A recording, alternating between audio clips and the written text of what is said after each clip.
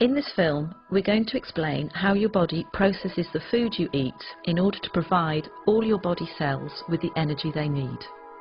And also what happens when you have diabetes and this system doesn't work properly. When you eat food that contains carbohydrate, it's broken down in the stomach and digestive system into glucose, which is a type of sugar. We need glucose from food because that's what gives us energy.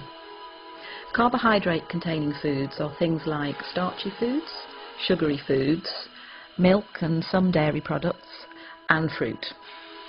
This glucose then moves into the bloodstream, and the body detects that the blood glucose level is rising. In response to that, the pancreas, which is a little gland that sits just underneath the stomach, starts to release a hormone called insulin. And it's insulin that helps our body get the energy from the food we eat. The bloodstream then takes the glucose and the insulin to every cell in our body that needs it. To make this easier to understand, let's look at muscle cells. At the muscle cells, it's insulin that allows the glucose to get into the cells where it can be used for energy. It's a bit like insulin is a key unlocking the door to the cells so the glucose can get in. That way, the blood glucose level starts to drop. But the blood glucose level can be topped up at any point by the liver releasing extra glucose that it has stored. The blood glucose rises again, and again the pancreas produces more insulin to move with that glucose through the bloodstream to the muscle cells, open the doors and let the glucose in.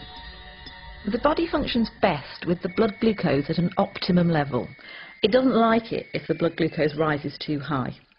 Normally, there's a cycle within the body which balances out the glucose and the insulin level, and this is achieved by the food you eat, the pancreas and the liver. However, in some people, the system doesn't work properly and they develop diabetes. There are two main types of diabetes, type 1 and type 2. In type 1 diabetes, the body isn't making any insulin at all. This is because of an autoimmune response whereby the body has destroyed the insulin-producing cells in the pancreas. We don't entirely know why that happens in some people and not in others.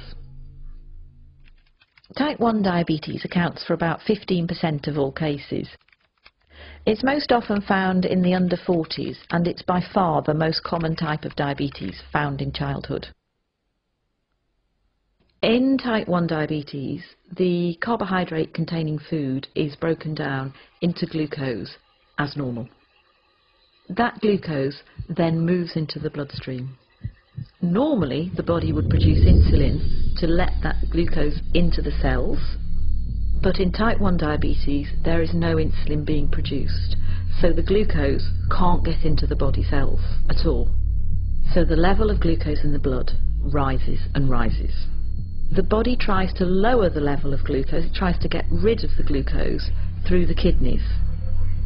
That's why people who have undiagnosed type 1 diabetes tend to go to the toilet a lot to pass urine.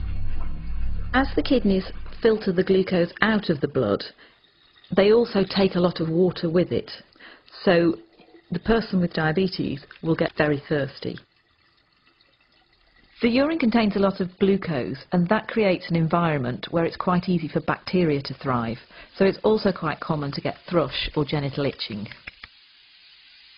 In the same way, the blood contains a high level of glucose as well, so more bacteria than usual will tend to breed in flesh wounds, and they might be slow to heal. Glucose can also build up in the lens at the front of the eye, causing the liquid in the lens to become cloudy. That can mean that some people with undiagnosed type 1 diabetes can have blurred vision. Because the glucose can't get into the cells to be used for energy, somebody who's got undiagnosed type 1 diabetes is going to start feeling very tired, lethargic and unable to sort of go about their normal daily routine. But the body still needs an energy source in order to work properly. So what it does is it starts to break down its fat stores, and that can lead to weight loss. So the main symptoms of type 1 diabetes are going to the toilet a lot, thirst, thrush or genital itching, slow healing of wounds, blurred vision, tiredness and weight loss. These symptoms generally happen quite quickly, often over a few weeks, and can be reversed once the diabetes is treated with insulin. Type 2 diabetes accounts for about 85% of all cases in the population. It's most common in the over 40 age group in the white population and in the over 25 age group in the black or South Asian population. Type 2 diabetes is a little more complex because of slightly more processes at work. Either the body isn't producing quite enough insulin, or the insulin it is producing isn't working properly. That can be due to being overweight, because a build-up of fat can stop insulin doing its job properly, but it can also happen in people of a healthy weight. So in type 2 diabetes, the carbohydrate containing food is broken down into glucose in the stomach and digestive system as normal. That glucose then moves into the bloodstream. The pancreas starts to produce insulin, which moves with the glucose through the bloodstream to all the body cells which need glucose for energy. However, the glucose can't always get into the cells because the locks to the cell doors have become furred up with fat deposits. That means that the insulin can't open the cell doors properly. So the level of glucose in the blood continues to rise. In response to this, the pancreas produces even more insulin. So the blood glucose levels continue to rise and the insulin levels continue to rise. This situation is further complicated by the cells, who are desperate for energy, sending out emergency signals to the liver to release stored glucose.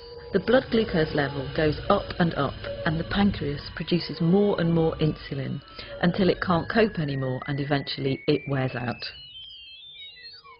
As with type 1 diabetes, the symptoms of type 2 diabetes are going to the toilet a lot, thirst, thrush or genital itching, slow healing of wounds, blurred vision, tiredness and weight loss in some people. The symptoms for type 2 diabetes come along very slowly, and some people don't have any symptoms at all. So for that reason, people can live with type 2 diabetes for up to 10 years before they realise that they have it. Type 2 diabetes can be treated in a number of different ways. Initially, it may be sufficient to make changes to the food you're eating and to take extra physical activity or lose any weight that may be appropriate. But type 2 diabetes is a progressive condition and most people will need some form of medication to treat it.